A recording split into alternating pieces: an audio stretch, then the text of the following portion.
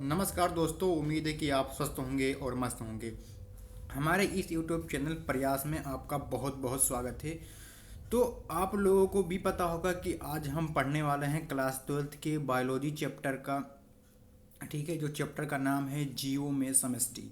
ठीक है, जीवो में समष्टि को हम लोग आज बहुत बेहतरीन तरीके से पढ़ाई करने वाले हैं। तो आप लोग वीडियो के साथ बने रहिएगा। मैं पूरा एकदम स्लाइड बना के लाया हूँ, बस आप लोगों को बेहतरीन तरीके से यहाँ पढ़ना है और मेरे साथ बने रहना है। मैं आपके इस चैप्टर को पूरे वन शॉट वीडियो के तहत, ठीक है, पूरे वीडियो वन शॉट वीडियो के तहत मैं आपका पूरा यहाँ पे ख़त्म कर दूंगा। ठीक है दोस्तों, तो आप लोग वीडियो के साथ बिल्कुल बेहतरीन तरीके से बने रहिएगा। मैं आपको बहुत ही बेहतरीन तरीके से यहाँ पढ़ाने वाला हूँ।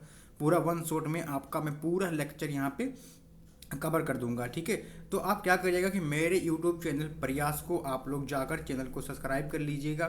ठीक है, जो हमारे चैनल का नाम है प्रयास, जाकर आप उसे सब्सक्राइब कर लीजिएगा। ठीक है, प्रयास को जाकर आप यहाँ पर बिल्कुल बेहतरीन तरीके से सब्सक्राइब कर लीजिएगा, जिससे कि मैं जितने भी वन शॉट वीडियो डालूँ, ये हमारे चैनल का लोगो है। ठीक है, कलर चेंज होगा। ठीक है, जो ये लोगो बना हुआ यही हमारे चैनल का लोगो है। ठीक है, तो आप लोग जाकर चैनल को सब्सक्राइब कर लीजिएगा और जितने भी हमारे वन शॉट वीडियो आएंगे आपको इस चैनल से पूरी की पूरी आप लोगों को मिल जाएगी। ठीक है, तो क्लास 12th वाले बच्चे बिल्कुल चिंता ना करें, मैं आप लोगों को पूरी बायोलॉजी फ्री में पढ़ाने वाला हूँ, बिल्कुल बेहतरीन तरीके से वन शॉट के तहत। ठीक है, बस आपको क्या करना है, हमारे चैनल को सब्सक्राइब करना है। ठीक है, और अपने दोस्तों के पास बिल्कुल शेयर कर देना है। तो बिना समय को गंवाए हम चलकर पढ़ाई करना शुरू करते हैं। तो आगे से चलते हैं। ये रहेगा थंबनेल हमारा जो इस चैप्टर का है। ठीक है, तो हम लोग शुरू करते हैं। सबसे पहले हम लोग बात करते हैं यहाँ पे,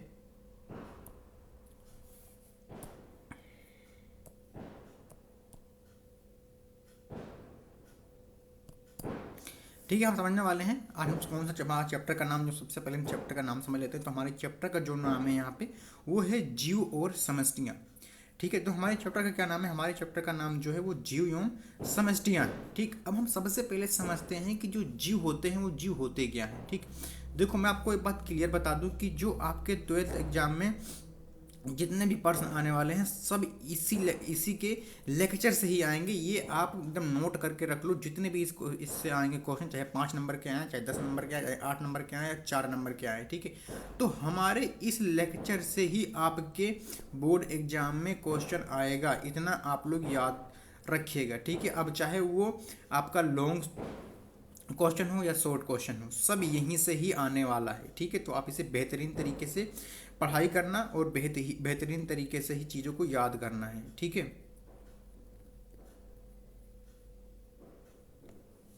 तो चलकर शुरू करते हैं बिना समय को गंवाए। सबसे पहले हम लोग समझते हैं कि जो जीव होते हैं क्या होते हैं। ठीक, पर्यावरण में पाए जाने वाले जीव, जीवित घटक को जीव कहते हैं।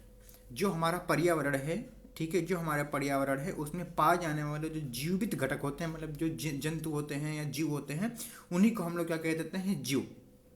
ठीक है, अब जिस चैप्टर को हम पढ़ने आए हैं, जीव और समष्टियाँ, अब हम समझते हैं जो समष्टि होता है वो समष्टि क्या होता है, इसके बारे में समझेंगे। ठीक है, तो हम इसके बारे में समझते हैं कि समष्टि क्या होती है। पेन बहुत मोटा चल रहा है यार, तो पेन को थोड़ा पतला कर लेते हैं। ठीक है, अब समष्टि क्या होता है, एक ही जात के जीवों के समूह को समष्टि कहा जाता है। मतलब एक ही जात के जीवों के समष्टि, मतलब जीवों के समूह को, मान लो कोई एक पर्सन है। ठीक है, कोई एक पर्सन है और उन्हीं के कई सारे जीव बने हुए हैं। ठीक है, तो इन समूह को ही हम क्या कह देते हैं, समष्टि कह देते हैं। ठीक, क्या कह देते हैं, समष्टि कह देते हैं यहाँ पे। ठीक, इतना समझ में आया होगा आप लोगों को, उम्मीद है। ठीक, आगे चलते हैं। अब हम समझते हैं समुदाय क्या होता है। समुदाय क्या होता है, समुदाय किसे कहते हैं। मान लो आपके एग्जाम में आ जा रहा है कि समुदाय का, आप परिभाषा लिखिए समुदाय क्या होता है। ठीक है, तो आप इसे एक लाइन में बहुत ही बेहतरीन तरीके से यहाँ पे लिख सकते हैं कि एक से अधिक समष्टियों के समूह को समुदाय कहा जाता है। अब जैसे कि मैंने आप लोगों को बताया कि एक ही जात के जीवों के समूह को क्या कहते हैं, समष्टि। अब यहाँ पर जो समुदाय की बात की जाएगी, समुदाय मतलब कि बहुत से सारे समष्टियाँ, ठीक है, बहुत सारी समष्टियाँ, उन्हीं को हम लोग बोल देंगे समुदाय। जैसे कि यहाँ पे लिखा भी गया है कि एक से अधिक समष्टियों को ही समुदाय बोल देते हैं। ठीक, अब हम समझते हैं कि जो अब हम समझते हैं कि पारिस्थितिक तंत्र या पारितंत्र क्या होता है। ठीक है, इसे समझते हैं। एक से अधिक समुदायों के समूह को पारिस्थितिक तंत्र बोल देते हैं। ठीक है, अब जैसे सबसे पहले आपने पढ़ा समष्टि, तो जीवों के समूह को हमने बोला समष्टि, उसके बाद हमने समुदाय को समझा, मतलब समष्टियों के समूह को हमने बोल दिया समुदाय। अब समुदायों के समूह को हमने बोल दिया पारिस्थितिक तंत्र या पारितंत्र। ठीक है, तो मैं आपको बहुत बेहतरीन तरीके से समझाऊंगा और बहुत ही आसान भाषा में आप लोगों को समझाऊंगा। ठीक है, अब हम समझते हैं जियोम क्या होता है। जियोम जो होता है वो क्या होता है, इसे समझते हैं। ठीक है, ये रहा जियोम, इसे समझते हैं कि ये होता क्या है। एक से अधिक पारिस्थितिक के समूह को जियोम कहते हैं। अब भाई ये एकदम प्रोसेस से चल रहा है। सबसे पहले हमने पढ़ा क्या, समष्टि, जीवों के समूह को हमने बता दिया समष्टियाँ। उसके बाद हम बता दिए समुदाय, मतलब क्या, हमने समुदाय क्या बता दिया, समष्टियों के समूह को हमने बता दिया समुदाय। ठीक है, उसके बाद समुदाय के समूह को हमने बता दिया पारिस्थितिक तंत्र या पारितंत्र। अब जो जियोम होता है वो पारितंत्र या पारिस्थितिक तंत्र के समूह को हमने बता दिया जियोम। ठीक है, इतना बिल्कुल बेहतरीन ही समझ में आ गया होगा, बिना रट्टा मारे बिल्कुल समझ गए होंगे आप लोग। ठीक है, अब हम समझते हैं जीवमंडल क्या होता है। ठीक, इसे समझते हैं। तो एक से अधिक जियोम के या जियोम को हम जीवमंडल कहते हैं। ठीक, ये भी बहुत बेहतरीन तरीके से आप समझ पा रहे होंगे। ठीक है, बिल्कुल ये एकदम सब मेल खाते हुए चल रहा है यहाँ पे, एकदम बिल्कुल मेल खाते हुए यहाँ पे चल रहा है। ठीक है, सबसे पहले हमने क्या समझा था, जियोम को। तो जो जियोम है, जियोम के समूह को हम लोग बोल देंगे क्या, जियोमंडल। ठीक है, बिल्कुल बेहतरीन समझ पा रहे हैं कि जो आपका समष्टि हो जाएगा, जीवों के समूह को हम लोग बोल देंगे समष्टि, और समुदाय जो होता है वो समष्टियों के समूह को हम लोग बोल देते हैं समुदाय। ठीक है, उसके बाद आता है पारिस्थितिक तंत्र। जो पारिस्थितिक तंत्र होता है, मतलब कि जो समुदाय के समूह होते हैं उन्हीं को हम बोल देते हैं पारिस्थितिक तंत्र। ठीक है, या पारितंत्र। अब जियोम की बात करते हैं, जियोम क्या होता है। तो जियोम आप बहुत बेहतरीन तरीके से ले सकते हैं। अगर पूछ ले कि जियोम क्या होता है, तो पारिस्थितिक तंत्र के समूह को ही हम जियोम बोल देते हैं। अब आता है जियोमंडल। ठीक है, तो जियोमंडल क्या होता है इसे समझते हैं।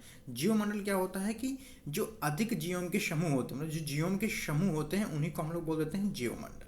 ठीक है, तो उम्मीद है कि आप लोग बिल्कुल इतना बहुत ही बेहतरीन तरीके से समझ पा रहे होंगे, बिना रट्टा मारे। आपको एक भी लाइन रटना नहीं है। अगर आपसे कोई पूछ रहा है कि समष्टि क्या होती है, बिल्कुल बता दूँ कि जो जियो के समूह होते हैं उन्हीं को हम लोग बोल देते हैं समष्टि। ठीक है, उसके बाद अगर आपसे पूछ ले कि जो समुदाय होता है, समुदाय क्या होता है, तो आप लोग बता दीजिए कि जो समष्टि का समूह होता है उसे हम समुदाय बोल देते हैं। ठीक, तो इस तरह से उम्मीद है कि आप बिल्कुल बेहतरीन तरीके से समझ पा रहे होंगे, बिना रट्टा मारे। ठीक है, आगे चलते हैं। अब हम समझते हैं यहाँ पे, समझते हैं कि जीव और इसका पर्यावरण। अब हम इसके बारे में समझते हैं, जीव और इसका पर्यावरण, इसके बारे में समझते हैं ये क्या कह रहा है। सबसे पहले हम लोग समझेंगे पर्यावरण। आप लोग बहुत सुनते होंगे इन्वायरमेंट या पर्यावरण, ये क्या होता है। ठीक है, तो इसके बारे में समझते हैं। जैसे कि आप लोगों को पता होगा, इस समय आप सुन रहे होंगे कि दिल्ली में जो है, दिल्ली में बहुत ज़्यादा इन्वायरमेंट वहाँ का ख़राब है। AQI बहुत ज़्यादा वहाँ बढ़ा हुआ है, लगभग 400 के ऊपर चल रहा है।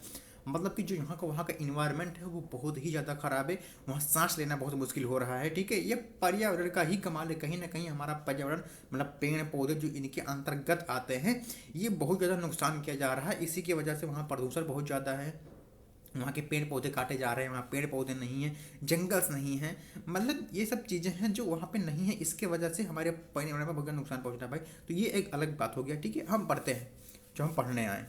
ठीक है, तो हम समझते हैं क्या पर्यावरण, जो पर्यावरण है, से दो शब्द जैसे परि और आवरण से मिलाकर बनाया गया है। जो पर्यावरण है इसे दो शब्द से बनाया गया है, एक परि और दूसरा आवरण। ठीक है, यहाँ यहाँ जो परि का अर्थ है चारों ओर, जो परि का यहाँ पे अर्थ बताया गया है वो चारों ओर, मतलब कि पर्यावरण का मतलब होता है कि चारों ओर।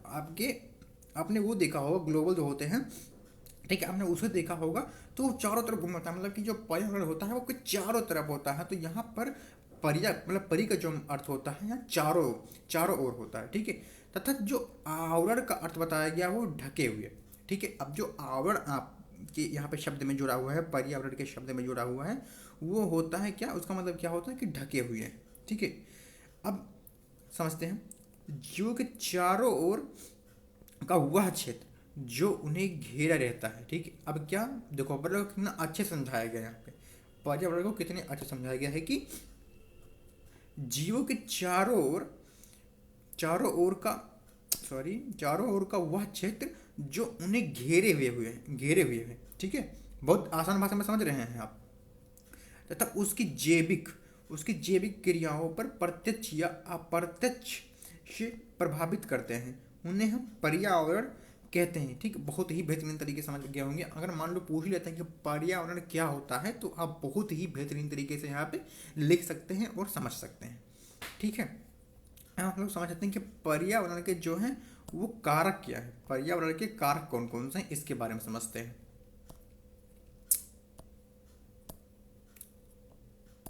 ठीक है, आइए समझते हैं। तो पर्यावरण के वह घटक सॉरी बहुत मोटा पेन चल रहा है। पर्यावरण के वह घटक जो जीवों को प्रत्यक्ष या अप्रत्यक्ष रूप से प्रभावित करते हैं, पर्यावरणीय कारक कहलाते हैं। ठीक है, जो प्रत्यक्ष एवं अप्रत्यक्ष रूप से क्या करते हैं, पर्यावरण को प्रभावित करते हैं, वह पर्यावरणीय कारक कहलाते हैं। ठीक, उम्मीद है कि आप इतना बहुत ही बेहतरीन तरीके से समझ पा रहे होंगे दोस्तों। ठीक है, तो हम चलते हैं अपने दूसरे स्लाइड पे। ठीक है, इसके बारे में समझते हैं, यहाँ पे समझते हैं। ठीक है, अब जो पर्यावरण के कारक के प्रकार है, इसके बारे में समझते हैं हम। पर्यावरण कारक के प्रकार, जो पर्यावरण के कारक के प्रकार है, इसके बारे में हम समझ लेते हैं। ठीक, ये क्या होता है।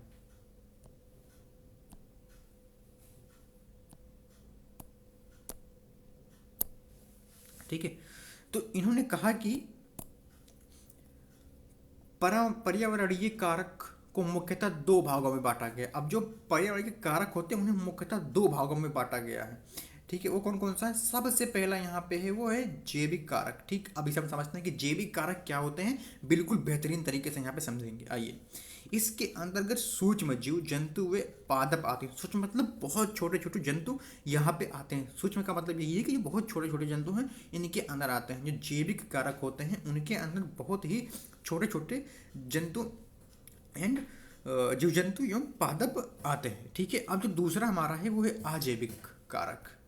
जो दूसरा है वो है अजैविक कारक। इसके अंतर्गत कौन कौन से आते हैं। इसके अंतर्गत आता है भूमि, जल, ताप, प्रकाश तथा विकिरण आदि के घटक आते हैं। ठीक है, अगर उसने पूछ लिया कि पर्यावरणीय कारक के प्रकार बताइए, तो आप बता देंगे कि जो सबसे पहला कारक है वो जैविक कारक, दूसरा जो है वो है अजैविक कारक। ठीक है, अब जैविक कारक कौन कौन से होते हैं, इनमें किसके अंतर्गत कौन कौन से जीव आते हैं, तो वो आते हैं सूक्ष्म जीव, जंतु एवं पादप। ठीक है, ऐसे आप बता सकते हैं, अपनी कॉपी में बेहतरीन तरीके से लिख सकते हैं। ठीक है, उसके बाद जो दूसरा पॉइंट है वो है अजैविक कारक। इनके अंतर्गत आते हैं भूमि, जल, ताप, प्रकाश तथा विकिरण आदि। इतने जो हैं वो आपके अजैविक कारक के अंतर्गत आते हैं दोस्तों। ठीक है, उम्मीद है कि आप बिल्कुल बेहतरीन तरीके से समझ पा रहे होंगे। अब आइए, प्रमुख अजैव कारक को तीन भागों में विभाजित किया गया। अब जो ये अजैव कारक हैं, ठीक है, अजैव कारक है, उन्हें हम तीन तरीके से विभाजित किए हैं। सबसे पहला जो है वो सबसे पहला जो यहाँ पर है वो है जलवायु संबंधी कारक। ठीक है, जलवायु संबंधी कारक ये कैसे होते हैं, ये क्या होते हैं, समझते हैं। किसी विशेष स्थान पर होने वाली सभी वातावरणीय गतिविधियों को उस स्थान की जलवायु कहते हैं। क्या कहा इन्होंने कि किसी विशेष स्थान पर होने वाली सभी वातावरणीय गतिविधियों को उस स्थान की जलवायु कहते हैं। आप बिल्कुल ऐसे बेहतरीन तरीके से लिख सकते हैं। फिर उन्होंने कहा कि वायु के अध्ययन को जलवायु विज्ञान कहते हैं। ठीक है, इनमें निम्न कारक आते हैं। तो इसमें सबसे पहला कौन सा आता है, प्रकाश। इसे समझते हैं कि प्रकाश के बारे में समझते हैं सबसे पहले। ठीक है, प्रकाश के बारे में समझते हैं। पौधों के जैविक क्रियाओं के लिए प्रकाश भी एक महत्वपूर्ण कारक है। अब जैसे कि पता होगा आप लोगों की पौधों मतलब प्रकाश से ही हम पौधों का प्रकाश संश्लेषण मतलब कि पत्तियों से प्रकाश संश्लेषण होता है, ये आपको पता होगा। तो इसीलिए हमारे जो पादप हैं उनके लिए जो प्रकाश है वो बहुत ही महत्वपूर्ण है, ठीक है, हमारे लिए भी बहुत महत्वपूर्ण है। लेकिन जो पादप हैं उनके लिए सर्वप्रथम बहुत ही महत्वपूर्ण रखता है क्या, वो है प्रकाश। ठीक, अब आइए, जीवों के लिए आवश्यक ऊर्जा प्रत्यक्ष अथवा अप्रत्यक्ष रूप से सूर्य ही प्राप्त होती है। जैसे कि मैंने बताया नहीं कि जो प्रत्यक्ष एवं अप्रत्यक्ष रूप से क्या होता है, ऊर्जा की आवश्यकता हमारे जीवों के लिए बहुत ही महत्वपूर्ण यहाँ पे रखती है। उसके बाद प्रकाश अपने गुण, तीव्रता तथा अवधि के द्वारा पौधों को प्रभावित करता है। इसका जंतुओं पर भी प्रभाव पड़ता है, इसका जो जंतु हैं उन पर भी बहुत ही तगड़ा प्रभाव पड़ता है, ठीक है। अब बात करते हैं प्रकाश का पौधों पर प्रभाव। अब अगर पूछ ले आपसे, ठीक है, लिख के दे दे कि 2 नंबर के क्वेश्चन में पूछ ले कि जो प्रकाश का पौधों पर प्रभाव क्या क्या पड़ता है, आप इसे समझाइए या बताइए, तो कैसे लिख सकते हैं। तो सबसे पहला आप पॉइंट यहाँ पे लिख सकते हैं, सबसे पहला पॉइंट जो यहाँ पे लिख सकते हैं वो लिख सकते हैं कि हरे पौधे सूर्य के प्रकाश की उपस्थिति में संश्लेषण की क्रिया द्वारा अपने भोजन अर्थात कार्बोहाइड्रेट का निर्माण करते हैं। ठीक, क्या करते हैं, सूर्य के प्रकाश की उपस्थिति में सबसे पहले क्या करते हैं, संश्लेषण की क्रिया विधि द्वारा क्या करते हैं, अपने भोजन एवं कार्बोहाइड्रेट का निर्माण करते हैं। ठीक, इतना आप लोग समझ पा रहे होंगे, उम्मीद है। आगे चलते हैं। अब जो दूसरा पॉइंट यहाँ पर आप लिखेंगे, जो दूसरा पॉइंट यहाँ पे लिखेंगे वो दूसरा पॉइंट क्या रहेगा, तो आप लोग जो दूसरा पॉइंट यहाँ पे लिखने वाले हैं वो ये रहेगा कि रंध्रों को खुलने में एवं बंद होने की प्रक्रिया पर भी प्रकाश का प्रभाव पड़ता है। ठीक है, रंध्रों के खुलने एवं बंद होने की प्रक्रिया पर भी प्रकाश का प्रभाव पड़ता है। ठीक है, जिससे पौधों के वाष्प उत्सर्जन की दर का नियंत्रण होता है। ठीक, इतना आप दूसरे पॉइंट को भी बहुत ही बेहतरीन तरीके से यहाँ पे समझ पा रहे होंगे। पौधे की वृद्धि, अब प्रकाश से ही, जब हमारा प्रकाश मतलब प्रकाश से ही हम भोजन बनाता है, हमारा पौधा जो होता है हमारा वो प्रकाश से ही भोजन बनाता है, मतलब अगर ये भोजन ही नहीं बनाएगा तो वृद्धि कहाँ से करेगा। तो इसीलिए वृद्धि के लिए भी इम्पोर्टेंट है। उसके बाद एंजाइम का बनना, ठीक है, ऊतक का विच्छेदन होना, पुष्पन, पादप हार्मोन का संगमन, पौधे के अंगों के मुड़ने आदि पर भी प्रकाश का प्रभाव होता है। इन्होंने कहा कि पौधे की वृद्धि, एंजाइम का बनना, ऊतक का विभेदन, पुष्पन, पादप हार्मोन का संगमन, पौधे की अंगों के मुड़ने आदि पर भी प्रकाश का प्रभाव पड़ता है। ठीक है, अब जो तीसरा पॉइंट है इसके लिए, जो तीसरा पॉइंट है कि प्रकाश के पौधों पर क्या प्रभाव पड़ता है, उसका जो तीसरा पॉइंट है इसे आइए समझते हैं। ठीक है, ये क्या है, क्या कह रहा है कि पौधे द्वारा प्रकाश की तीव्रता के अनुरूप गति प्रदर्शित करना, ठीक है, या प्रकाश अनुवर्ती गतियां कहलाती हैं। ठीक है दोस्तों, उम्मीद है कि आप बिल्कुल ही बेहतरीन तरीके से इस वाले पॉइंट को आप बहुत ही बेहतरीन तरीके से यहाँ पे समझ पाए होंगे। ठीक है, अब आगे चलते हैं, हम लोग पढ़ते हैं दीप्तकालिता क्या होता है। ठीक है, जो दीप्तकालिता होता है इसके बारे में समझते हैं और पढ़ते हैं। ठीक है, इससे पहले हम लोग पानी पी लेते हैं थोड़ा, आप लोग भी पानी को पी लीजिए बेहतरीन तरीके से। ठीक है, कि जब पानी पी रहेंगे तो बॉडी में एनर्जी बनी रहेगी।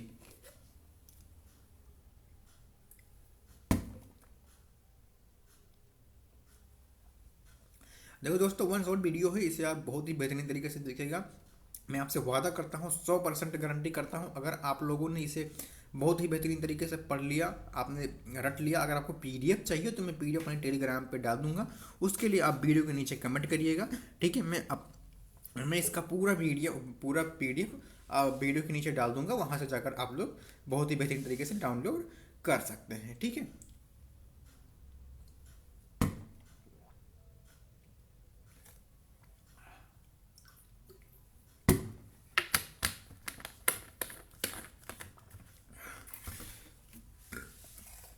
तो आइए शुरू करते हैं, समझते हैं।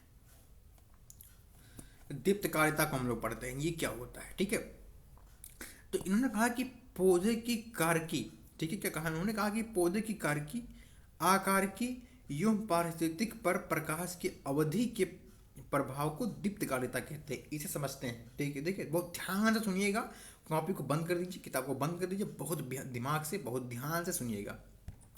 पौधे की कार्की, आकार की, ठीक है, एवं पारिस्थितिक पर प्रकाश के अवधि के प्रभाव को दीप्तकालिता कहा जाता है। ठीक है, दीप्तकालिता के आधार पर पौधों को निम्न प्रकार में बांटा गया। अब जो दीप्तकालिता है उन्हें पौधों के दीप्तकालिता के आधार पर पौधों को निम्न प्रकार में बांटा गया है। सबसे पहले प्रकाश प्रिज्म जो होता है वो क्या होता है, इसे समझते हैं। ठीक है,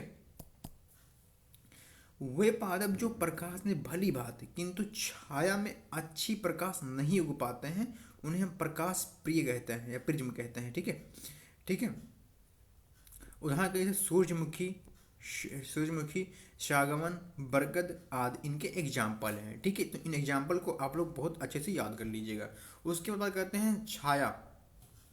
ठीक है, इसके बारे में बात कर लेते हैं। ये क्या होता है, वे पादप जो केवल छायादार स्थानों में ही अच्छी प्रकार से उगते हैं और अधिक प्रकाश में ये मुरझा जाते हैं, उन्हें छाया प्रिज्म कहते हैं। जैसे कि एबीज हो गया, टेक्सास हो गया। ठीक है, ये दो एग्जाम्पल आपके हैं जो छाया प्रिज्म के हैं, वो कौन कौन से हैं, वो है एबीज एंड टेक्सास। और जो जो प्रकाश का है वो है सूरजमुखी और दूसरा है शागवन। ठीक है, तो ये हो गया। उसके बाद इसमें समझ लेते हैं क्या, तापमान। ठीक है, तापमान समझ लेते हैं, तापमान क्या है इसमें। ठीक है, तो उन्होंने कहा कि तापमान अति महत्वपूर्ण कारक है। ठीक है, या पौधे में बीजों के अंकुरण, वृद्धि, पुष्पन, श्वासन, प्रकाश संश्लेषण की आदि वायु की गति के लिए बहुत ही महत्वपूर्ण है क्या, तापमान। ठीक है, तो इतना उम्मीद है कि इस वाले आप लोगों ने इस वाले पीपीटी को बहुत ही बेहतरीन से समझ पाए होंगे। आप अगर समझ पाए हैं तो वीडियो के नीचे कमेंट करिए कि हाँ भैया मैं इस पॉइंट को पूरा बेहतरीन तरीके से समझ पाया हूँ। अब आगे चलते हैं। ठीक है, अब हम समझते हैं यहाँ पे। ठीक है, अभी हम तापमान को ही पढ़ रहे हैं। ठीक है, फिर इन्होंने कहा कि जल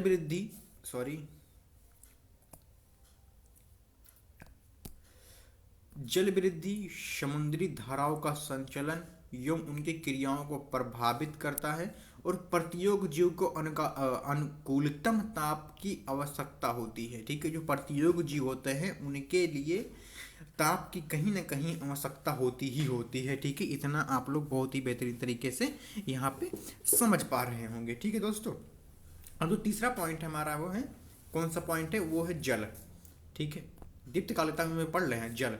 ठीक है, अब जल के बारे में समझते हैं। पृथ्वी के लगभग 73% भाग पर जल पाया जाता है। ठीक है, पृथ्वी जो हमारा है उसके लगभग 73% भाग पर क्या होता है, जल पाया जाता है। पादप की वृद्धि एवं विकास जल की प्राप्ति पर निर्भर करता है। सही बात है यार, पादप की वृद्धि किस पर निर्भर करता है, जल के अभाव पर निर्भर करता है। क्योंकि भाई बिना जल के कुछ हो ही नहीं पाएगा। अगर जल नहीं पाएगा, मतलब कि पानी नहीं पाएगा पौधा, तो बिल्कुल खराब हो जाएगा। ठीक है, पृथ्वी की सतह व वातावरण के बीच दो क्रमिक घटनाएं वाष्पोत्सर्जन और वर्षा होती है, जिसके कारण निरंतर रूप से जल का विनिमय चक्र के रूप में होता है, जिसे हम जल चक्र बोल देते हैं। ठीक है, ये पॉइंट बहुत ही बेहतरीन से समझ पाए होंगे। ठीक है दोस्तों, आगे चलते हैं। जल का पौधों पर प्रभाव। अब जो जल है वो पौधों पर प्रभाव क्या पड़ता है हमारे, ये आपके बिल्कुल ही 5 नंबर या 6 नंबर में क्वेश्चन बिल्कुल पूछ सकता है कि जो जल का पौधों पर प्रभाव क्या पड़ता है। ठीक है, इसे आप संक्षिप्त वर्णन में समझाइए। तो आप कैसे समझाएंगे, आइए देख लेते हैं। जल की उपलब्धता के आधार पर पौधों को 3 भागों में बांटा गया है। किन किन भागों में बांटा गया है, ठीक है, जल के आधार पर पौधों को 3 भागों में बांटा गया, ये कह रहा है वो। सबसे पहला जलोद्भिद, मतलब नम क्षेत्रों में रहने वाले पौधों को जलोद्भिद कह जाते हैं। न मतलब कि जो दलदली क्षेत्र होते हैं उनमें रहने वाले को हम क्या बोल देंगे, जलोद्भिद कह देंगे। ठीक है, अब समोद्भिद क्या होता है, अनुकूल नमी वायु में उगने वाले पौधे समोद्भिद कहलाते हैं। ठीक है, अमरोद्भिद क्या होता है, सूक्ष्म क्षेत्रों में उगने वाले पौधे मरोद्भिद कहलाते हैं। क्या बताया उन्होंने कि जलोद्भिद, समोद्भिद और मरोद्भिद। जलोद्भिद में क्या होगा, जो नम वाले क्षेत्र में पाए जाएंगे। समोद्भिद में मतलब कि जो अनुकूल नमी और वायु में उगने वाले क्षेत्र में पाए जाएंगे। और मरोद्भिद जो होगा वो शुष्क क्षेत्र में पाए जाने वाले होंगे। ठीक है, अब समझते हैं सबसे पहले इसे हम मरोद्भिद को। शुष्क में उगने वाले पौधे में मरोद्भिद कहलाता है। ठीक है, अब समझते हैं वायुमंडलीय गैस, जो डी वाला पॉइंट है। सी वाला समझ लेते जल। ठीक है, अब जो डी वाला पॉइंट हमारा है वो क्या है, इसे समझते हैं। वायुमंडलीय गैस ये हमारे लिए क्या महत्व है, मतलब पौधे के लिए क्या महत्व है, पादप के लिए क्या महत्व है, इसके बारे में समझते हैं। ठीक है, आइए। पृथ्वी की सतह पर लगभग 15 किलोमीटर, ठीक है, तक की वायु मौसम लगभग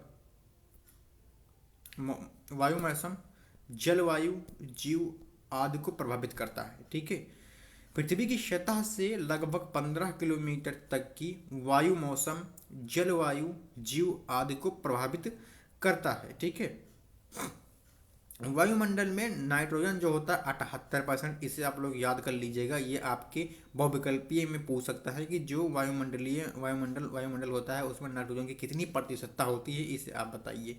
तो आप बता देंगे कि 78%। ठीक है, उसके बाद वायु की पूछ सकते, मतलब जल का पूछ, क्या कहते हैं यार, ऑक्सीजन का पूछ सकता है कितना, 21%। ठीक है, CO2 मतलब कार्बन डाइऑक्साइड का पूछ सकता है, तो ये 0.03% हो जाएगा। ठीक है, अब हम जो हमारा ई वाला पॉइंट है, मतलब कि हमने क्या पढ़ लिया, तीसरा चौथा पांचवा। ठीक है, हमारा पांचवा वाला पॉइंट जो है वो क्या है, वायु गति। और हमारे लिए वायु मतलब पौधे के लिए जो है, या बात करें पादप के लिए, क्या वायु की क्या महत्व है, इसके बारे में हम समझते हैं। ठीक, वायु की गति का प्रभाव पादप की आकृति एवं वितरण पर प्रत्यक्ष एवं अप्रत्यक्ष दोनों ही रूप में पड़ता है। ठीक है, ये आप बहुत ही अच्छे से समझ पा रहे होंगे, बहुत ही बेहतरीन तरीके से यहाँ पे समझ पा रहे होंगे दोस्तों। ठीक है, अब हम आगे चलते हैं।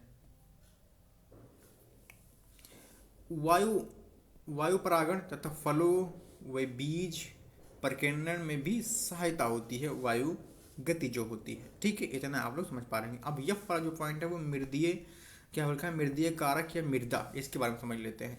उन्होंने कहा ये सब बहुत कम ही क्वेश्चन आते हैं यहाँ पर, मैं आपको पर बता दे रहा हूँ, उनको डाउट सारे क्लियर हो जाएंगे कि क्या, मतलब पढ़ना तो है ही है। तो आप इन चीज़ों को समझे रहेंगे तो आपको बिल्कुल याद रहेगा, क्योंकि यहाँ से क्वेश्चन बहुत मुश्किल बनना। मैं आपको देखो जहाँ पे लिख दूंगा कि 100% यहाँ से क्वेश्चन आएंगे, 100% आपसे यहाँ पे क्वेश्चन आएंगे, तो आप उन वाले पॉइंट को बिल्कुल बेहतरीन तरीके से याद कर लीजिएगा इस चैप्टर में। ठीक है, तो वहाँ से बिल्कुल आएगा ही आएगा, ये मैं आपको गारंटी के साथ बता रहा हूँ। ठीक है, आइए। स्थलीय पौधे जल खनिज तत्वों को मृदा से ही प्राप्त करते हैं। ठीक है, मृदा में पाए जाने वाले सूक्ष्म जीव पौधों पर विशेष प्रभाव डालते हैं। पृथ्वी की चट्टानों के टूटने फूटने बनने वाली उसकी ऊपरी परत को मृदा कहते हैं। ठीक है, आप बिल्कुल समझ पा रहे होंगे, आपको दोबारा बताने की जरूरत नहीं है हमको। ठीक है, आप लोग बिल्कुल समझ पा रहे होंगे, बिल्कुल ध्यान से सुन रहे होंगे। मृदा में मुख्य अवयव खनिज पदार्थ मृदा जल, मृदा वायु और जीव आदि हैं। ठीक है, मृदा के आधार पर वनस्पतियों को निम्न वर्ग में विभाजित किया जा सकता है। हाँ, ये पॉइंट हो सकता है कि आपसे पूछ ले। ठीक है, तो ये जो है वो इम्पोर्टेंट पॉइंट है आपके लिए। ठीक है, ये जो है वो इम्पोर्टेंट पॉइंट रहने वाला है यहाँ पर आपके लिए। ठीक है दोस्तों, ये पूछ सकता है कि मृदा के आधार पर वनस्पतियों को निम्न वर्गों में, मतलब किन किन वर्गों में बांटा गया है। तो आप बता सकते हैं, सॉरी, अम्लोदभिद, लवणोदभिद, बालोदभिद, शैवालभिद, दरारोदभिद। ठीक है, तो इतना आप लोग बता सकते हैं। अम्ल मतलब जो हो जाएगा वो जो पौधे अम्लीय मृदा में उगते हैं, मतलब जो अम्लीय मृदा में उगते हैं, और लवणीय मृदा में उगते हैं। ठीक है, बालूद मतलब जो बालुओं में उगते हैं। उसके बाद शैवाल मतलब जो चट्टानों की सतह पौधे की शैवालभिद कहलाती है। और उसके बाद दरोद में हम चट्टानों की दरारों में उत्पन्न होते हैं, उन्हें हम दरोद कहलाते हैं। बहुत आसान चीज़ें हैं ये, आप लोग बिल्कुल PDF में बिल्कुल बेहतरीन तरीके से यहाँ पर पढ़ लेंगे, हम समय ज़्यादा खराब नहीं करेंगे यहाँ पे। ठीक है, आप समझते हैं आजीवीय कारकों में प्रभावित अनुक्रिया क्या होती हैं, अनुक्रियाएं क्या होती हैं। आजीवीय जो कारक होते हैं उनमें प्रति अनुक्रियाएं क्या होती हैं, इसके बारे में समझते हैं। ठीक है, इसके बारे में समझ लेते हैं ये क्या होता है। तो किसी भी कहाँ गया, सॉरी, किसी जीव के बाह्य वातावरण के साथ साम्य अवस्था मतलब कि जीरो साम्य अवस्था व संतुलन तथा प्रकृत वातावरणीय परिवर्तन के बावजूद भी शरीर का स्थिर अनुकूल अंत वातावरण को बनाए रखने के लिए क्षमता को सम स्थापन कहते हैं। ठीक है, किसी जीव के बाह्य वातावरण के साथ साम्य अवस्था व संतुलन तथा प्रतिकूल वातावरण की परिवर्तन के बावजूद भी शरीर के स्थिर अनुकूल व अंतः वातावरण को बनाए रखने की क्षमताओं को सम स्थान कहते हैं। ठीक है, इतना बहुत ही बेहतरीन तरीके से आप समझ पा रहे होंगे। आगे चलते हैं। बहुत से जीवधारी अपने शरीर की स्थिति वातावरण में बनाए रखने के सक्षम नहीं होते हैं। तनावयुक्त जीव कारकों से निपटने के लिए ये जीव निम्न क्रियाकलापों का सहारा लेते हैं। वो क्रियाकलाप कौन कौन से हैं? वो है नियंत्रण एवं नियमन करना। कुछ जीवधारी शरीर ताप प्रसरणीय सांद्रता को स्थिर बनाए रखने के सक्षम होते हैं तथा सम स्थिति को बनाए रखते हैं। ठीक है, ये सब बहुत आसान चीज़ें हैं, इसे आप बहुत समझ पा रहे होंगे। ये बहुत मुश्किल है कि यहाँ से बहुत रेयर में पूछ सकता है क्वेश्चन, बहुत मुश्किल है, ये पूछेगा नहीं। ठीक है, पर हम आपको बता दे रहे हैं, आप एक बार पढ़ लीजिएगा। समरूपण रखना क्या होता है? लगभग 99% जीव या पौधे किसी स्थिर अनुकूल अंत वातावरण को बनाए रखने के लिए सक्षम नहीं होते हैं तथा उनमें ताप नियंत्रण क्रिया विधि भी अभाव होता है और ऐसे जीव सूक्ष्मक्षेपी, शीत व रुधिर वाले विषमतापी होते हैं। ठीक है, ये बहुत बेहतरीन तरीके से समझ पा रहे होंगे। प्रवास करना क्या होता है? भोजन अनुकूलन, मौसम, आवास एवं अन्य कारकों से एक समष्टि मतलब समझ ही रहे होंगे। ठीक है, मैंने बहुत तरीके से बता दिया। एक स्थान से दूसरे स्थान के लिए गमन मुख्यतः प्रवास कहलाता है। दैनिक कालिक मौसम के अनुसार भी हो सकता है। ठीक है, मौसम अभिगमन या प्रवास अच्छा उदाहरण है। ठीक है, जो मौसम अभिगमन है ये प्रवास का अच्छा उदाहरण है। ठीक है, निलंबित करना क्या होता है? निलंबित करने को भी समझ लेते हैं। जीवाणु, कवक, निम्न पौधे विपरीत परिस्थितियों से बचने के लिए मोटी भित्ति वाले बीजाणुओं को उत्पन्न करते हैं। ठीक है, मोटी भित्ति वाले बीजाणु को उत्पन्न करते हैं। जैसे ही अनुकूलन दशा आती है ये अंकुरण करते हैं। उच्च जीव भी अपना अस्तित्व बचाने के लिए अनुकूल वातावरण का चयन करते हैं, जैसे शीत ऋतु में ध्रुवीय भालू शीत निष्क्रियता में। ठीक है, तो ये बहुत मुश्किल है कि पूछेगा, बहुत रेयर केस में पूछ सकता है आपसे, लेकिन आप इसे पढ़े रहेंगे, समझे रहेंगे तो कहीं ना कहीं चीज़ें आपके दिमाग में बिल्कुल रखी रहेंगी। ठीक है, आपको कहीं ना कहीं आप आराम से लिख सकते हैं। आइए आगे चलते हैं। अब ये जो ग्राफ दिया वो ये आपके लिए इम्पोर्टेंट है, तो इसको हम समझ लेते हैं। ठीक है, ये क्या है? मछलियों एवं घेघे ग्रीष्म ऋतु से संबंधित ताप तथा जल शुष्कन जैसी परिस्थितियों से बचने के लिए ग्रीष्म निषेधता में चले जाते हैं। ठीक है, ये क्या हो जाएगा? ये हो जाएगा आंतरिक स्तर, जो आपको ये वाला ग्राफ बना हुआ है आंतरिक स्तर हो जाएगा। उसके बाद यहाँ पर जो ये वाला बना हुआ है ये हो जाएगा समरूप। ठीक है, और जो ये नियत वाला बना हुआ है इसे हम बोल देंगे नियामक बोल देंगे, सॉरी, एंड आंशिक नियामक बोल देंगे इसे। और ये हो जाएगा बाह्य स्तर, नीचे वाला बाह्य स्तर, ये हो जाएगा आंतरिक स्तर। ठीक है, तो बहुत ही बेहतरीन तरीके से इतना आप समझ पाए होंगे, उम्मीद है दोस्तों। ठीक, हम पानी पी लेते हैं थोड़ा, आप तब तक पढ़िए।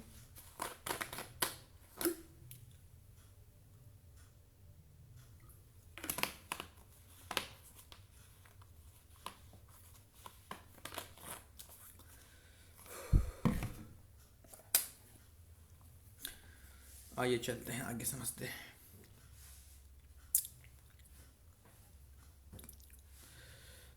जियो में पारिस्थितिकीय अनुकूलन, अब इसे समझते हैं ये क्या होता है। वातावरण में होने वाले परिवर्तनों को सहन करने के लिए जीवों के शरीर में आकारिकीय एवं शारीरिकीय परिवर्तन होते हैं, जिन्हें हम पारिस्थितिकीय अनुकूलन कहते हैं। अब समझ ही पा रहे होंगे क्या है पारिस्थितिकीय अनुकूलन।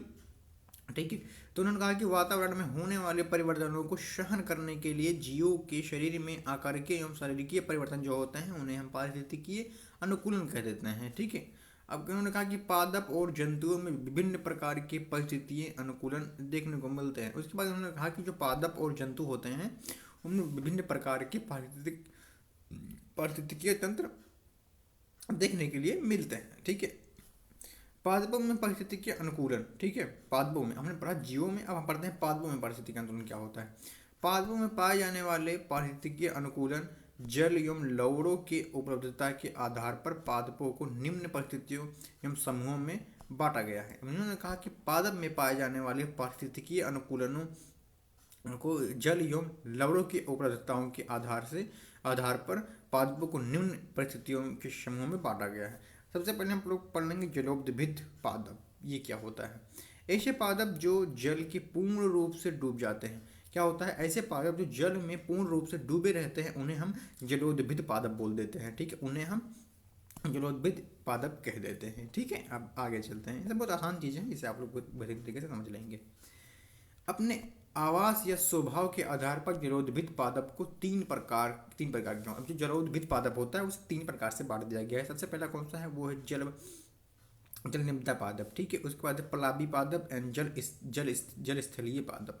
सबसे हम लोग पढ़ लेते हैं, सबसे पहले हम लोग पढ़ लेते हैं। तो इन्होंने कहा कि ये पादप जल के पूर्ण रूप से डूबे हुए होते हैं। जैसे मैंने आप लोगों को पहली बार बताया क्या होता है, ये पादप जल में पूर्ण रूप से डूबे हुए होते हैं। ठीक है, इनके दो प्रकार होते हैं। सबसे पहला जड़ युक्त निमग्न पादप। ठीक है, ये क्या, इसमें क्या होता है, इस प्रकार के पादपों की जड़ें कीचड़ में धंसी होती हैं तथा पादप पूरी तरह से जल में डूबे हुए होते हैं। उधर जैसे हाइड्रिल्ला एंड पोटोमोजटान, ठीक है, ब्लिसेनेरिया आदि, इतने एग्जाम्पल हो जाएंगे।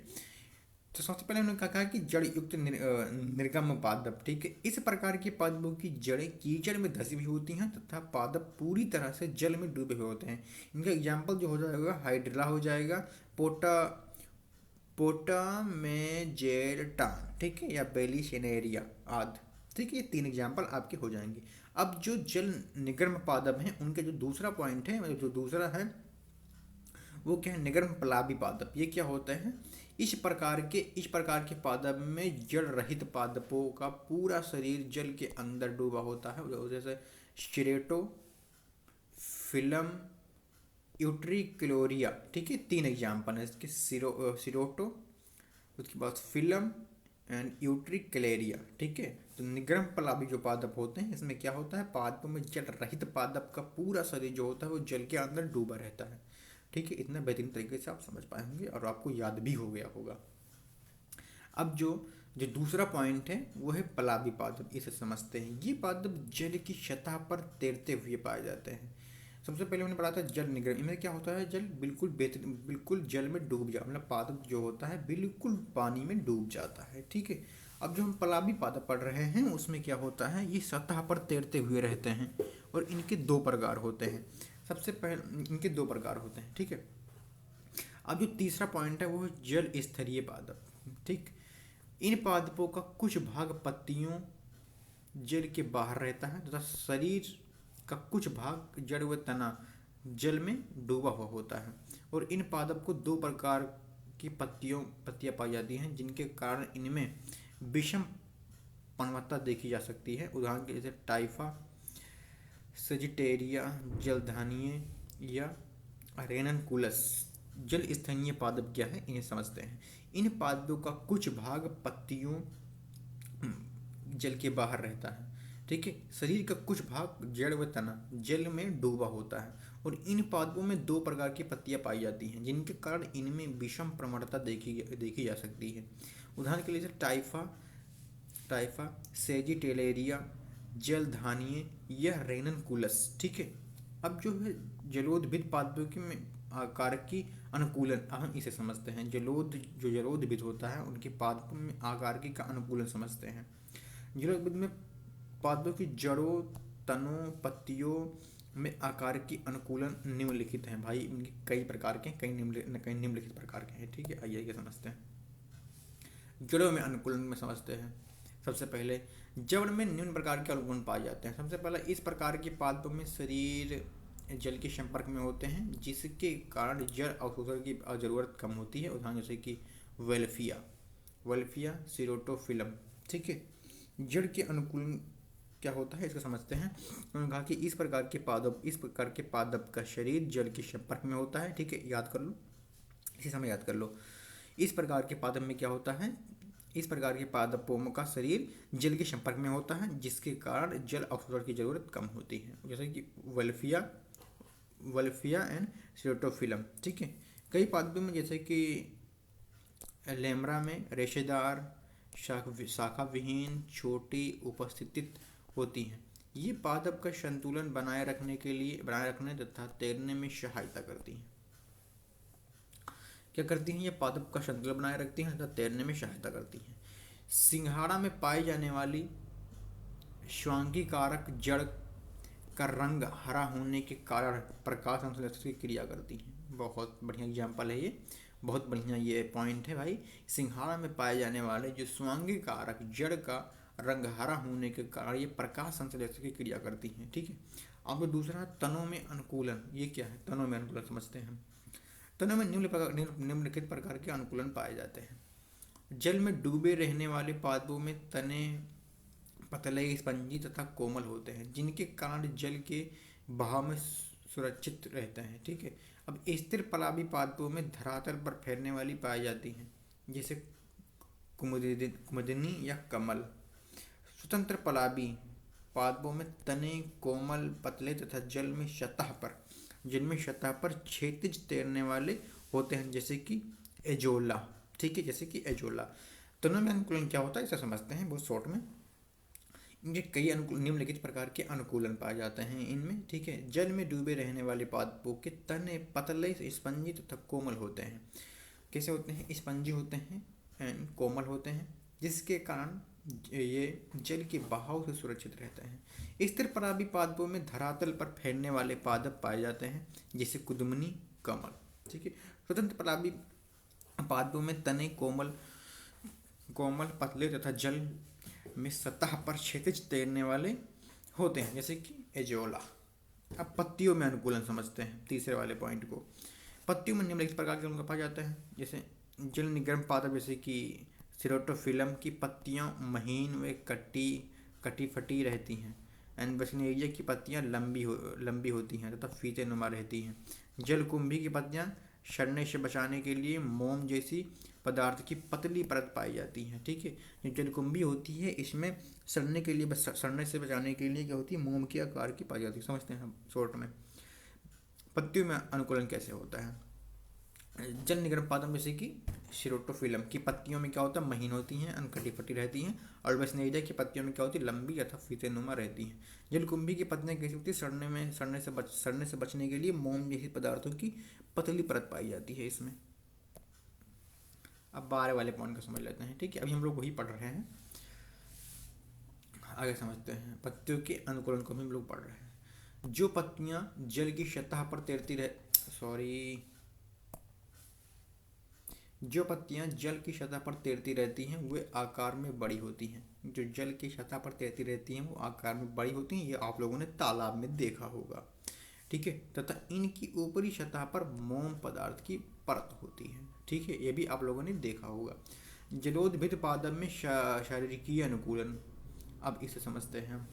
जलोद्भिद में निम्नलिखित प्रकार के शारीरिकीय अनुकूलन पाए जाते हैं। सबसे पहला है जलीय पादप की बाहरी त्वचा जो होती है वो मृदुतकीय होती है और तथा इस पर उपत्वचा अनुकूल स्थिति, परंतु तैरने वाली कुछ पादपों जैसे कि कुदुम्बनी पत्तियों की बाह्य त्वचा पर मोम पदार्थ की परतें होती हैं। ठीक है। दूसरा है जल निगम पादप की पत्तियों पर क्या होती है? रंध्र नहीं पाए जाते हैं। पलाबी पादपों की पत्तियों पर क्या होता है? रंध्र ऊपरी सतह पर उपस्थित होते हैं। तथा जल स्थलीय पादपों की सतह पर क्या होता है? बाहर पत्तियों की ओर दोनों तरफ रंध्र पाए जाते हैं। ठीक है। और जो तीसरा है वो जड़ों और तनों में क्या होता है? वलकुट मृदकों का बना होता है तथा सुविकसित अवस्था में उपस्थित होते हैं। जो चौथा है वो यांत्रिक ऊतक बहुत ही कम मात्रा में पाए जाते हैं। ठीक है। उसके बाद जो पांचवा है वो है जल निगम पादपों में दायु तथा पोषक वाहक विकसित नहीं होते हैं, परंतु जल स्थलीय पादपों में ये ज़्यादा विकसित होते हैं। ठीक है। छठवा जो है वो है पर्णहरित तने कि वलगुट तथा तने की पत्तियों की बाह्य त्वचा या उपस्थिति होती है। उदाहरण जैसे कि हाइड्रला। उन्होंने कहा कि पर्णहरित तने के वलकुट तथा पर्णहरित तने के वलकुट तथा तने व पत्तियों की बाह्य त्वचा पर उपस्थित होते हैं। उदाहरण जैसे कि हाइड्रला। अब हम पढ़ते हैं समोद्भिद या मदोद्भिद। ठीक है। मध्योभिद। आइए चलते हैं। ये पादप ऐसी जगहों पर उगते हैं जहाँ क्या होता है? जहाँ औसत तथा ताप पाया जाता है। औसत जल तथा ताप पाया जाता है। ऐसी जगहों पर जलवायु न ज़्यादा शुष्क और ना ही ज़्यादा नम होती है और इन जगहों पर मृदा में खनिज, लवण तथा जल, ऑक्सीजन व अन्य पोषक पदार्थ अधिक मात्रा में पाए जाते हैं। मरुद्भिद व जलोद्भिद बीच की स्थिति को दर्शाते हैं। उद्यानों में लगाए जाने वाले पादप इसी श्रेणी के अंतर्गत आते हैं और इस प्रकार के पादपों में पारिस्थितिकीय अनुकूलन निम्न प्रकार के पाए जाते हैं। सबसे पहला कौन सा है? इन पादपों में मूल तंत्र तथा जड़ तंत्र सुविकसित होते हैं। इनकी जड़ों में मूल गोप व मूल रोम हमेशा पाए जाते हैं। तना, दूसरा पॉइंट जो है, तना स्वतंत्र रूप से शाखा युक्त वायवीय ठोस होता है। ठीक। तीसरा पॉइंट है, पत्तियां पतली होती हैं, चौड़ी होती हैं, बड़ी और कई आकार की मुलायम होती हैं तथा इनके ऊपर उच्च त्वचा की पत्ती उपस्थित होती है। ठीक है। अब जो चौथा पॉइंट है, पत्तियों की निचली सतह पर क्या होता है? ज़्यादा रंध्र तथा उनकी सतह पर कम रंध्र होते हैं। पांचवा जो है वो बाह्य त्वचा सुविकसित होती है। छठवा जो है, पर्णमध्युतिक तथा स्पंजी मध्युतिक खंभ ऊतक में बटा हुआ होता है। अब शुष्कोद्भिद या मरोद्भिद के बारे में समझ लेते हैं। ये पादप ऐसे स्थानों पर पाए जाते हैं जहाँ जल की कमी होती है। क्या होती है? जल की कमी होती है। शुष्कता की स्थिति बनी होती है और ऐसे जगहों की मृदा में भौतिक शुष्कता उपस्थित होती है। इसके अतिरिक्त वायु की तेजी अधिक ताप, आर्द्रता की कमी, प्रकाश की अधिकता आदि की कारक की जल की कमी कर देती है। ठीक है। और इन पादपों में ऐसी स्थिति में ऐसी अनुकूलन पाए जाते हैं जिनके कारण ये वाष्पोत्सर्जन की क्रिया को कम कर देते हैं तथा शरीर की जल संग्रहण किया जाता है। इन्हीं विशेषताओं के कारण ऐसे पादप शुष्क परिस्थितियों में भी रहते हैं। अब शुष्कोद्भिद एवं मरोद्भिद पादपों में आकारिकीय अनुकूलन, इसे समझते हैं। निम्न प्रकार के आकारिकीय अनुकूलन हो जाएंगे। ठीक है। सबसे पहला जो है, जड़ों में अनुकूलन। जड़ों में निम्न प्रकार का अनुकूलन पाया जाता है। इस प्रकार के पादपों में मूल तंत्र अधिक विकसित रहता है। जड़ें कैसी होती हैं? शाखित होती हैं या शाखित होती हैं। लंबी, ज़्यादा मूलरोम युक्त होता है तथा जल अवशोषण की क्षमता अधिक होती है। कुछ पादपों की जड़ें ज़्यादा गहराई न जाकर मृदा की सतह में चौड़ी नीचे फैली रहती है ताकि जल की आवश्यकता होने पर उन्हें अवशोषित कर सकें। उदाहरण के लिए जैसे नागफनी। मुझे पता है दोस्तों, आप भी थक गए होंगे और मुझे भी थोड़ी थकान हो रही है, पर हमें इसे वाला चैप्टर आज पूरा ख़त्म कर लेना है। ठीक है। क्योंकि हमें और भी अगला चैप्टर पढ़ना है। आप लोगों का बोर्ड एग्जाम बहुत ही पास में है। ठीक है। तो चलते समझते हैं। एस्पेरेगस में जड़ें मौसल होकर जल का संचय करती हैं। ठीक है। एल्फाफुला में पादप की जड़ें 130 फीट गहराई तक फैली रहती हैं। नागफनी की जड़ें सिरे पर भी मूलरों में पाए जाते हैं। ठीक है। मूलरों पाए जाते हैं। नागफनी की जड़ होती है। ठीक है दोस्तों, जो नागफनी की जड़ होती है उनके निम्न अनुकूल पाए जाते हैं। 1 मिनट आप लोग रुक जाइए, बस 1 मिनट।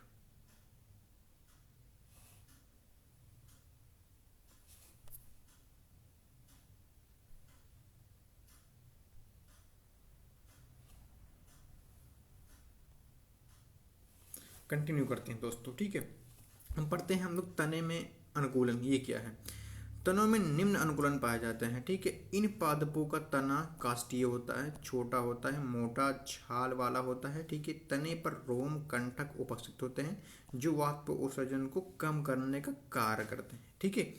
बहुत ही बेहतरीन तरीके से आप लोग तने में अनुकूलन बहुत ही बेहतरीन तरीके से समझ पाए होंगे। आइए आगे चलते हैं। कुछ पादपों का तना रूपांतरित होकर मौसल चौड़ा हो जाता है जो पत्ती का कार्य करता है और ऐसे तने को पराग स्तंभ कहा जाता है। जैसे रस्कस, नागफनी, ये प्रकाश संश्लेषण की क्रिया द्वारा भोजन बनाते हैं। ठीक है। प्रकाश संश्लेषण की क्रिया के द्वारा क्या करते हैं? भोजन बनाते हैं। ठीक है। इतना आप लोग समझ पा रहे होंगे। पत्तियों में अनुकूलन अब समझते हैं हम। पत्तियों में अनुकूलन निम्न प्रकार से हैं। विभिन्न पादप जैसे कि मक्का, ग्यावार, जंगली केवड़े की पत्तियां मोटी मशाल सरस हो जाती हैं जो जल संग्रहण का कार्य करती हैं। ठीक है। ऐसे मशाल पत्ती युक्त को मृदुपणी या मृदुति कहा जाता है। ठीक है। कई पादपों जैसे कि पीपल, बरगद आदि की मोटी पत्तियां वाष्पोत्सर्जन को कम करने का कार्य करती हैं। ठीक है। नागफनी की पत्तियों में रूपांतरित होकर वाष्पोत्सर्जन की दर को कम कर देती हैं। ठीक है। जिससे जल की हानि कम हो जाती है। प्रोसोपिस तथा बबूल में वाष्पोत्सर्जन की क्रिया को कम करने के लिए पत्तियां विखंडित हो जाती हैं और एस एकेसिया एकेसिया मिलेनोजुलोन तथा पार्किनोसिया एंड एक्टोनियोटा में पर्णवृंत चपटा हो जाता है तथा पत्ती की जैसे हो जाता है और प्रकाश संश्लेषण का कार्य करता है। यह पर्णवृंत कहलाता है। ठीक है, इन पादपों की पत्तियां चिकनी व चमकदार होती हैं। इसकी मदद से ये किरणों तथा ऊष्मा का परावर्तन करने का कार्य करती हैं। ठीक है, शुष्कोद्भिद पादप में शरीर की अनुकूलन अभी से समझते हैं हम। जो शुष्कोद्भिद होता है उनके पादपों में शारीरिक अनुकूलन हम समझते हैं। ठीक है, आइए। तो भाई मुझे तो लग रहा है कि ऐसे वीडियो बहुत ही लंबी हो जाएगी। ठीक है, तो मैं आपको एक काम करता हूँ, आप लोग मैं बताते जाता हूँ, आप लोग सुनते जाइएगा। बिल्कुल ठीक है, जरूरी नहीं कि आप लोग वीडियो को खोल के रखिएगा, मैं आपको बताऊंगा, आप लोग बिल्कुल बेहतरीन तरीके से सुनते जाइएगा, समझते जाइएगा। चलिए चलते हैं। इन पादपों में निम्न प्रकार की शारीरिक अनुकूलन होती हैं। ठीक है, सबसे पहला है शुष्कोद्भिद पादपों में। शुष्कोद्भिद जो पादप होते हैं, पादपों के तने, पत्तियों की बाह, त्वचा पूर्ण रूप से विकसित होती हैं। ठीक है, अपवाद के रूप में कनेर की बाह त्वचा बहुस्तरीय होती है। दूसरा है बाह त्वचा पर उपचर्म की एक मोटी उपचर्म उपस्थित होती हैं, उदाहरण जैसे कनेर, एगेओ आदि। ठीक है, यहाँ से क्वेश्चन आएगा नहीं, बहुत मुश्किल है कि यहाँ से क्वेश्चन आ जाएगा। मैं आपको भी इसी वीडियो में बताऊंगा। ठीक है, इसी में आपको पढ़ाते हुए इसमें बताऊंगा कि कौन से टॉपिक से आप में क्वेश्चन उठा के सीधे आ सकता है। तो आप लोगों को उन टॉपिक को बिल्कुल ही रट के जाना है, बिल्कुल याद करके जाना है, और जो समझ पा रहे होंगे आप लोग को बिल्कुल समझ लेना है। ठीक है, जो यहाँ पे तीसरा पॉइंट जो है, यहाँ पे मिस्टेक हो गया। तीसरा पॉइंट जो यहाँ पर है कि रंध्र निचली बाह त्वचा पर तथा कम कम संख्या में उपस्थित होते हैं तथा रंध्र एगवे ऊपरी बाह त्वचा पर धसी हुई तथा पदनस में क्या होता है, पादनस में, सॉरी गलत बोल दिया मैंने, पादनस में क्या होता है, निचली बाह त्वचा में धसी हुई पाई जाती हैं और ये रोमों द्वारा चारों ओर घिरे हुए होते हैं। रोम रंध्रों को वायु के संपर्क में आने से रोकने का कार्य करती है, जिससे वाष्पोत्सर्जन की दर कम होती है। ठीक है, जो चौथा पॉइंट है वो संघवन ऊतक विकसित होता है तथा दारू में लिंगृत अधिक मददता में जमा होता है। यांत्रिक ऊतक कोशिकाओं को बना देता है, जिसके कारण अधिक विकसित होता है। ठीक है, उसके बाद पत्तियों में भी ऊतक रेशे उपस्थित होती हैं जो पत्तियों को कमजोर होने पर भी उसे लटकने से रोकती हैं।